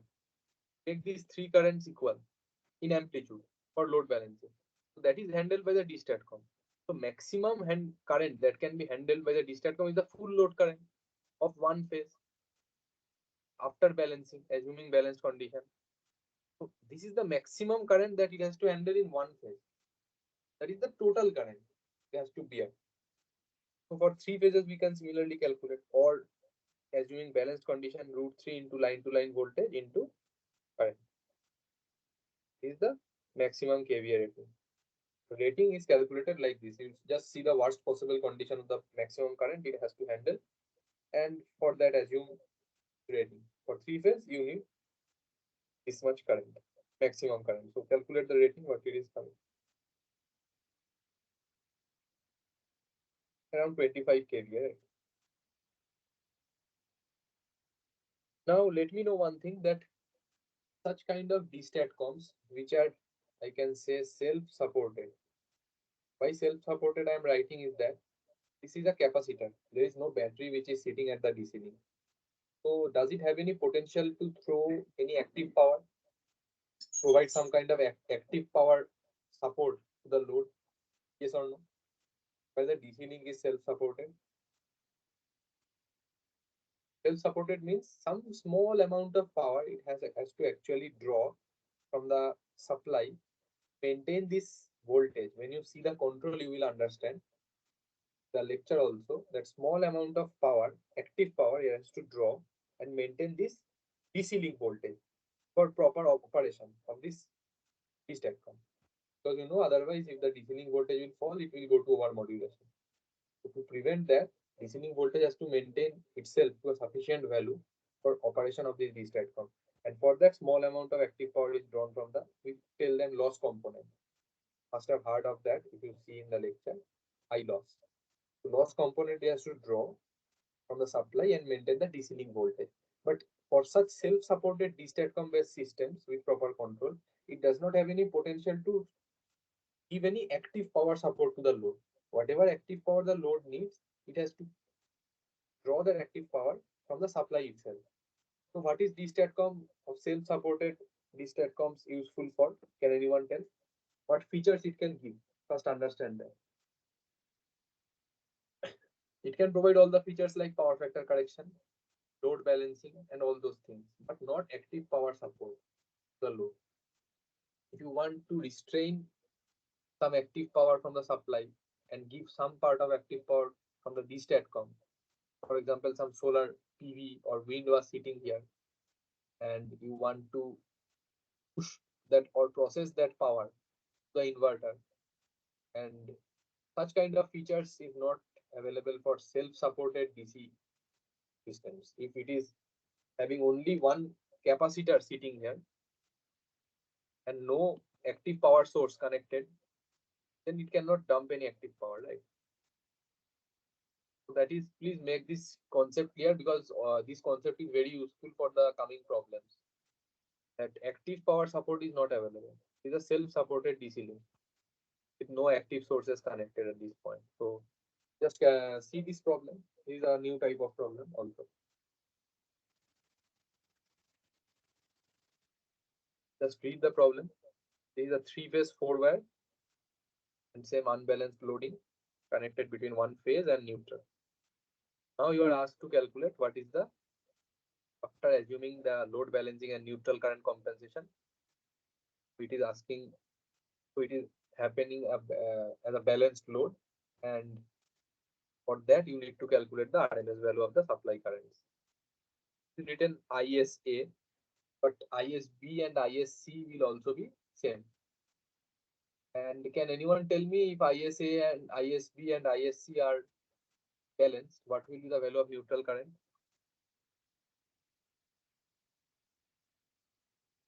Zero. Yes, only because the linear kind of load is connected here. Just some problems before we saw some square waveforms toggling. If we sum those three up, even if it is balanced, then also the neutral current is not zero. So for linear loads, since the excitation voltage is sinusoidal, the currents are balanced, implies that their sum is zero for the neutral current compensation, like that. So linear load, remember. So neutral current will be zero after balancing. So calculate what is ISA.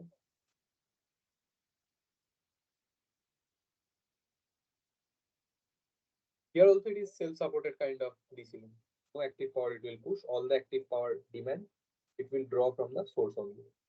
So just see what is the active power required by the source. One is the A and another is the N. So what is the voltage?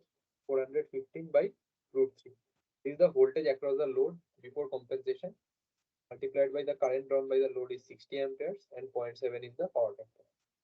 So P load we can calculate before compensation. And what it is coming, let's calculate.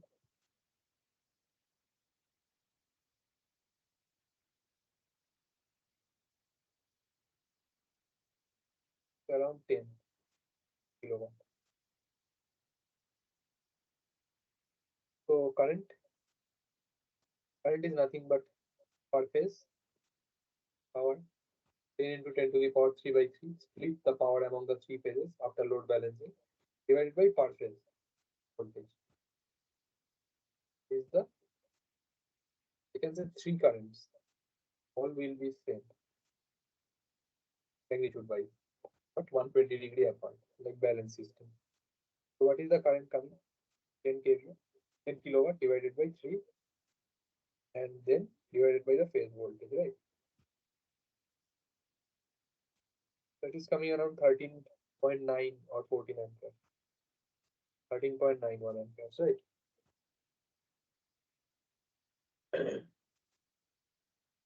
Just see the next problem.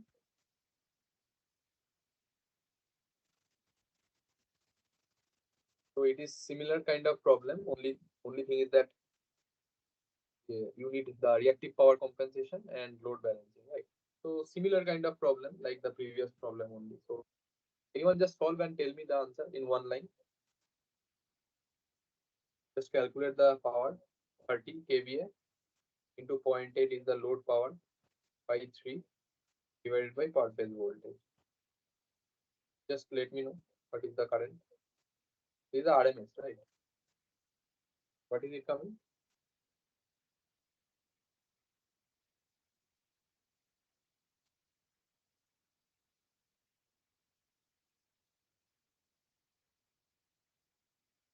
Around 33.38, right? And so will be for the other phases after load balancing. So I hope you understand how it is balancing, right? So it is bearing the third phase, that is open circuit, it is bearing the full phase current for load balancing. And the philosophy is just the splitting the power. And remember, since it is reactive power compensation, so we are assuming unity power factor. And that's why we are doing the active power balance only, not the reactive power balance, because reactive power will be compensated by the DSTATCOM only. That's why. See the active power we are taking and balancing.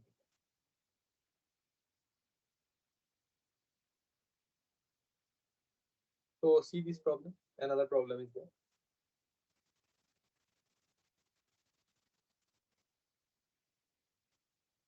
Let's see the problem that it has a three-phase system with the load is connected in delta. Now load is connected in delta, but see that it has nowhere written that the supply is delta. So whenever such kind of problems are given, and it is normally given as a three-phase three-wire system or three-phase four-wire, anyways is star connected, but three-phase three-wire systems, nothing is mentioned, then consider it as a star system, right? Like this. Nothing is given, you consider it to be a star. The neutral point, and this is A, this is B, this is C. And you have three kind of loads, ZAB, ZBC, and ZCA. Which are in delta, obviously. So this is ZAB, ZBC, ZC. And now it has to be realized as a unity power factor load and balance condition. So now you have to connect DSTATCOM here, provide the shunt compensation. Here is the DSTATCOM, and here is the self-supported DC unit. So again, it is providing the load balancing and load power factor correction features. But now you have to individually calculate and see that after your load balancing and UPF, there is power factor correction after your compensation. What is ISRMS? Obviously, since it is balanced condition, the three phase currents after compensation or after providing the features will be balanced. But how to calculate? Any approach? You know the impedances connected across the supply. So what is the approach? Anyone?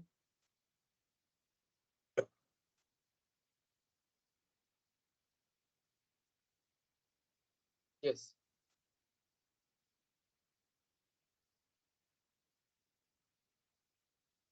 Anyone can answer. Just how to approach the problem. Anyone? Voltage upon impedance. Yes, that will give you the current. So after that, what will you will do?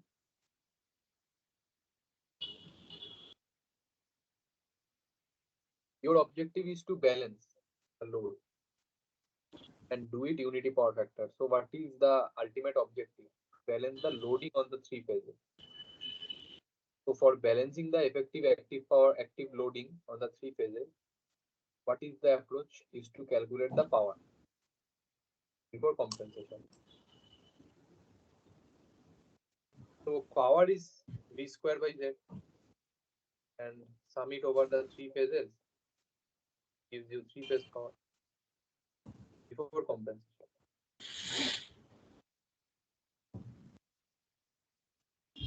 Once you know the three phase power, you divide it by 3, split it among the three phases, since it will be unity power factor. So the active power consumed by the load before and after compensation will be same. Because the DSTATCOM is not pushing any active power. So by power balance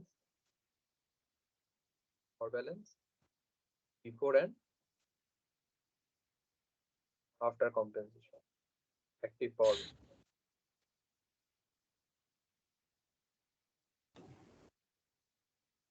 So just you calculate what will be the power. You just need to take the real part, right? Real of this, and then so what you do, you just calculate the B angle 0 divided by 12 plus J9, whatever it is coming. This is one part, right? Sorry, V square it will. V square by Z. This is the apparent power, S, of one phase, A. Then V angle minus 120, assuming ABC phase sequence. J plus is SB. Then, because the power you have to calculate, right? After that, you will balance. V angle plus 120 whole square divided by 12 plus J8 is SC. Calculate what is the real of this. This will be the net three phase power for compensation. Calculate and let me know the answer. I am also calculating, you also calculate. And what will be this V? Voltage applied across the load. Since this is delta, the load is delta, so the voltage applied across the load will be the line voltage. Take this as the line voltage and calculate. Let me know after calculate, right? What is coming?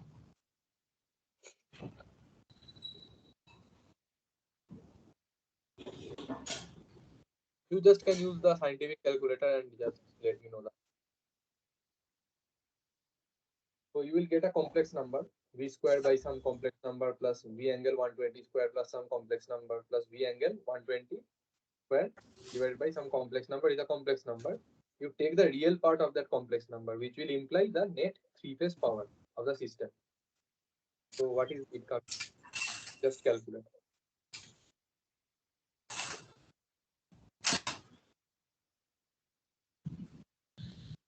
Calculate and let me know. I am also calculating.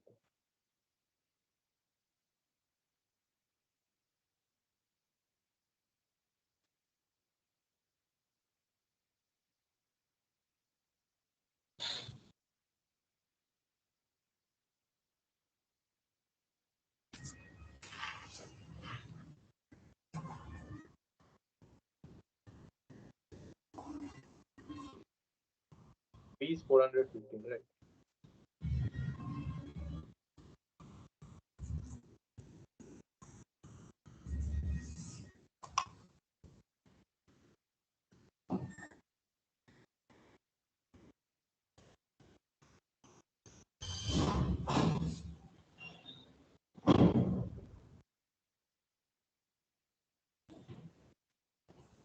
Just convert everything into polar form. It will be easy. So this you convert in polar form. Then multiply, divide is easy, right? Convert this in polar form, and this in polar form. Let me know what is coming.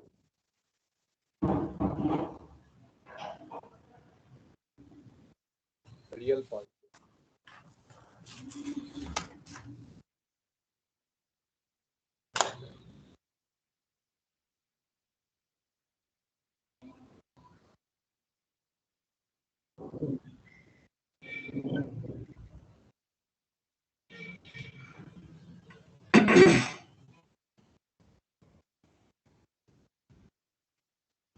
Calculated?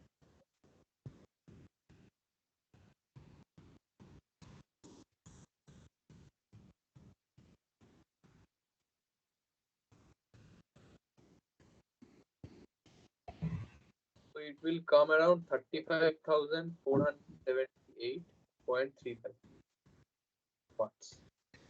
This P3 phase. Calculate, you will see. Now, for balancing, the per phase power you calculate from this will be this by 3 and divided by per phase voltage. This will give you the balanced currents for all the three phases. What it is coming? Coming around 49.35 amps. So this is ISA magnitude or ISB or ISC after balance. So if you calculate, anyone can match and just check.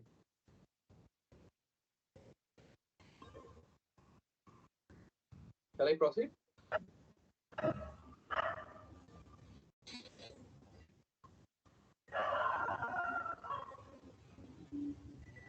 When in doubt, you can let me know. You can just try and solve this expression, right? And just check. So I'm moving to the next problem, right? So here you just see it is a three-phase 3 by DSTATCOM, a three-phase system, 400 volt, 50 hertz for load balancing and power factor correction. Single phase load which is connected between two phases, and this is 36 kilowatt unity power factor. Calculate DSTATCOM KVA rate. So any idea how to calculate? So what is the scenario is like this. It is loaded. So this is a purely resistive load because this is kilowatt of unity power factor, right? Unity power factor load. So our load connected between any two phases, 36 kilowatt UPS load. And you have to provide load balancing and power factor correction.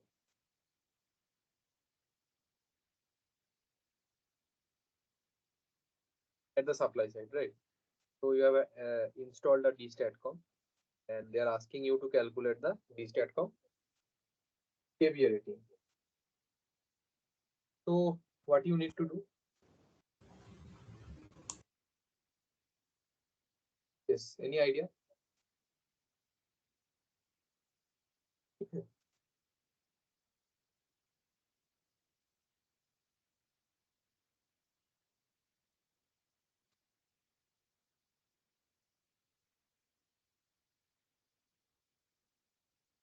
Hello?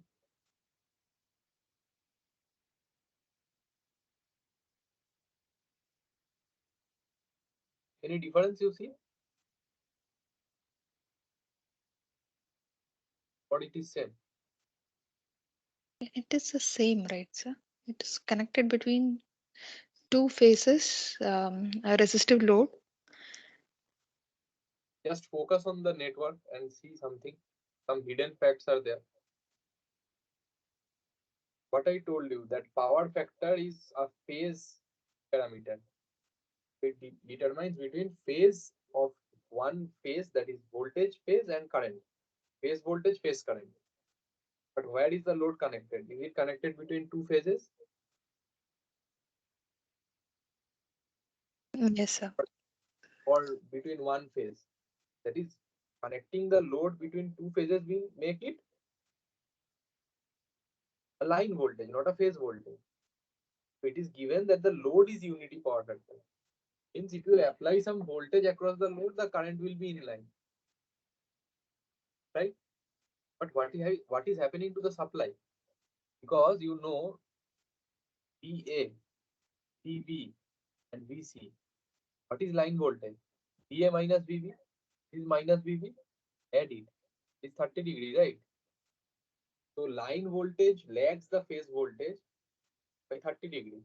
This is a point of concern. So do you need reactive power compensation here for supply side power factor correction? Please note this point. This is important. What was the difference between this problem and this problem then? Here what we did, just split the power and divided by phase voltage. That was what we were doing, but it was only valid if it is for line, that is one line and neutral. Then the power factor is having some implication. But when it is between line to line, then although the load is unity power factor, what will happen to the current? The current will not be in line with the phase voltage of the supply, because line voltage will be applied across this load, and the current will also be in line with the line voltage, not with the phase voltage at the supply side. That way, the supply side power factor will be hampered, connecting this load in this fashion. That's why the DSTATCOM here not only provides support for the power for the load balancing you need in this condition, but also for the power factor correction at the supply side. DSTATCOM is having two purposes. Actually, it is providing two features, which is load balancing inherently it has to do, because this phase is not connected to anything, as you can see. However, power factor correction at the supply side is also a concern in such network topology, because what supply side power factor, unity power factor you want means that supply side per phase voltage and supply side current should be in line, which is not in this case, because the load is a linear load and the applied voltage across the load is line voltage. So the current is also 30 degrees, because when you do V angle 30 minus 30, right? V angle minus 30 is the applied voltage, which is VAB, divided by the some R. So current is also lagging 30 degrees. Agreed or not?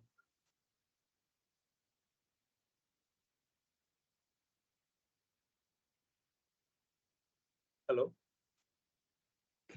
Yes, sir. The line current, you mean to say, right? The line current is also lagging by 30 degree. For star systems, line current and phase currents are same.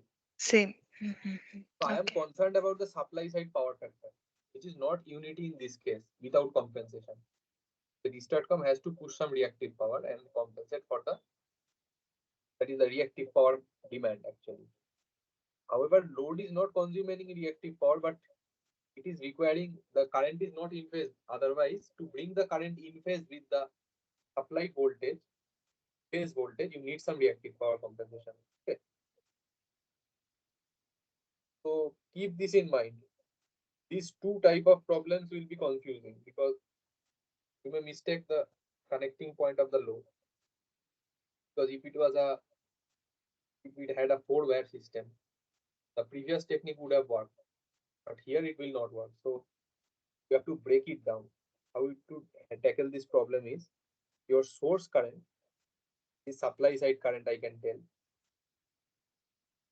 plus assume some DSTATCOM current, ID, apply KCL, is I load. Agreed or not? Is valid per phase?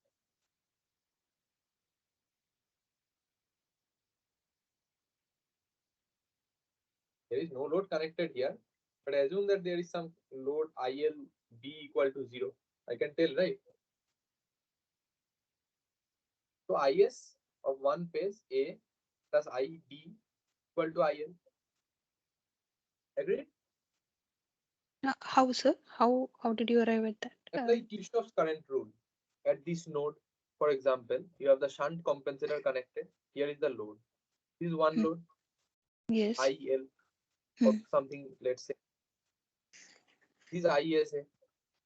This is IDA. So ISA plus Okay. IDA is I.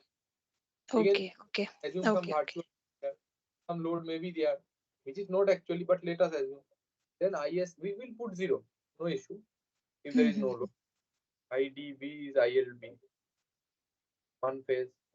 Another phase ISC plus IDC equal to ILC. This is valid all the time because Kirchhoff's current rule is not violated in the network topology, right? Now the main concern is to find ILA, ILB, and ILC. So how to find them? Any idea? What is the voltage that is applied across the load? 400 angle minus 30 degrees. And what is the power? 36,000. Power by voltage. What you get? Get the current, right? What is current? 90 angle 30 degrees. Because the load is unity power factor, right? So the power by voltage is giving you the current. Because S into power factor is 1 here, right? Because in normal cases it is S by V, which is I. But S itself is P because of unity power factor. So your current is 90 angle 30. Which current? ISA. Because you determined ISA P power divided by PLAB. Getting the point, right? What I am telling. Before compensation, I am telling. So that was Yes, sir. ISA Yes, sir. 90 angle. And before compensation, what was IS? You can assume this as B. Let us assume A, C, B. Anything you can name. So what was ISB? Negative of that. Minus 90 angle 30 degree. Agreed or not? Agreed, sir. What was ISC? 0. 0. All these are before compensation. Now you have compensated. So what does it mean by compensation? That your ISA, ISB, and ISC should be equal, and the remaining imbalance, or you can say the inequality, will be borne by whom? The DSTATCOM. Such that their sum is the same. However, the supply side is balanced and having unity power factor. That is the main concern. So now assume that the supply side is having unity power factor. And since it is having unity power factor, you can apply the previous concept, which is splitting the power among the three phases, which is 36,000 by 3. This is the per phase power that each phase has to bear after compensation. Because active power has to be borne by the phases, because DSTATCOM will not push any active power. So what is it per phase? 12 kilowatt. Now 12 kilowatt active power and voltages, you know, per phase voltages. So what will the current?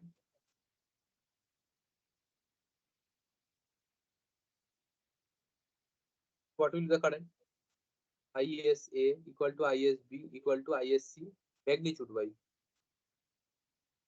12,000 divided by, it is a power, divided by voltage, per phase voltage, which is 400 by root 3. What is the value of the current that is coming? 51.96. Now assuming that the DSTATCOM has been successful in providing load balancing and unity power factor, what will be the angles for ISA after compensation? So ISA will be 51.96 angle 0 degrees. ISB will be 50 because it is in line with the phase voltage of the supply after power factor correction. It is minus 120 degrees. ISC will be, I can say this is as dash because this is new, plus 120 degrees after compensation. So after compensation, you know the currents and you know the load voltages. So now, since this point is still receiving, tell me one thing, that what is the current that these points are receiving? You just apply the Kirchhoff's current rule. Is this current changing after the DSTATCOM or not? What is the voltage applied? Yes. Just tell me one point, that with compensation or without compensation, is this voltage applied across the load changing or not? These two nodes. Is it anyway changing or not? No. No. So neither of the load voltage nor the load current is changing because load impedance is also same. So even before or after compensation, this load side currents, these currents, which is at this side of the shunt, these currents, these are not changing. And this you have already determined. ILC is 0, which you saw because it is open. It's open circuit, right? ILC at the load side. The ILA and ILP already determined. It is 90 angle 30 and minus 90 angle 30. Just see, the voltage is same, na? So the current is already determined. Now ISA, ISB, ISC already determined by power balance, power splitting, or load balance and power factor correction condition. So what is remaining? IDA, IDB, IDC. How you calculate? So IDA is ILA minus ISA. What is ILA? ILA is same, 90 angle, this is L, okay? Because previously before compensation, ILA and ISA was same. Now a shunt has come in between them. So this is now load, ILB, okay? So 90 angle 30 is the load minus, what is ISA? ISA is 51.96 angle 0 degrees. Agreed or not? The IDA. Remaining current will be pushed by the shunt at the DSTATCOM. So what is it? 51.962 angle 60 degrees. This is the first current of the DSTATCOM. What is IDB? If the DSTATCOM pushes such currents, then it will be balanced condition as well as unity power factor as the supply side. That is the main two objectives. So IDB is what? ILB. What is ILB? Minus 90 angle 30. Minus this is ILB, right? Minus ISB. What is ISB? 51.96 angle minus 120 degree. So what it is coming? DSTATCOM current V phase 51.962 angle 180 degree. What is IDC? It is ILC minus ISC. What is ILC? ILC is 0. ISC is minus ISC. So ISC is, so what is ISC? It is after balancing 51.962 angle plus 120 degree. So these are the three currents. And what you do? Calculate the KVA rating. So KVA rating is what? Voltage into current. So voltage magnitude is same. The voltage across the DSTATCOM, as you see, this voltage. What is this voltage? What is this voltage and what is this voltage? These are magnitude wise 230 only. Sorry, 400 volts. 400. Yeah. Line to line. So per phase, let us calculate. So per phase is 230 into per phase current. So first phase current amplitude of A 51.962 plus phase B is 51.962 plus phase C is 51.962. Then you can do √3 volt into line voltage into line current and cos phi. Sorry, VA, volt ampere rating means voltage into current. So √3 is apparent is √3 into line voltage into line current. Either you can do like this or you can do 3 into per phase voltage into per phase current. Both is applicable. So 3 times per phase voltage, per phase current. Now, since the DSTATCOM is not balanced, that's why we are applying phase wise, right? But we see that all the 3 phases are 51.962. So 3 into 230 into 51.962. But phase angle wise, they're different, right? Amplitude wise, you can do the kVA calculation. So what it is coming? It is coming as 36 kVA. So this is the answer.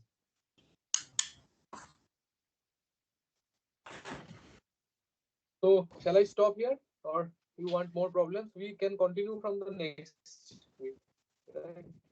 Next session. Yes, sir. We will There are more problems stop. on. Yes, there are more problems on UPQC, DVR, series compensators, and DSTATCOM. So I think if you attend the sessions, then you can solve all the problems. They will be easy. But please see the network and how they are connected, and accordingly you attempt the questions. Right. So in the meantime, if you face any problems while solving any of the problems that are given, you can just send in the group. We'll continue from here in the next week, right? Okay. Okay, sir. So one point, sir. Yes. Like for the quizzes, once the quizzes are over, would it be possible to share a solution? Because to understand where we went wrong. Solution will be posted. I think you can just write in the discussion forum. The team Okay. will post the solution, because solutions we have already given, but I think they have not shared. So just Okay. So write we have one to line. put it in the discussion forum. Yes, or just mail them. They will just put the solution. We will also try to share the solution, right? But we will be shared in the Okay. portal. Just write one Okay. line. They will share. Okay, sir. Fine, sir. Thank you, sir.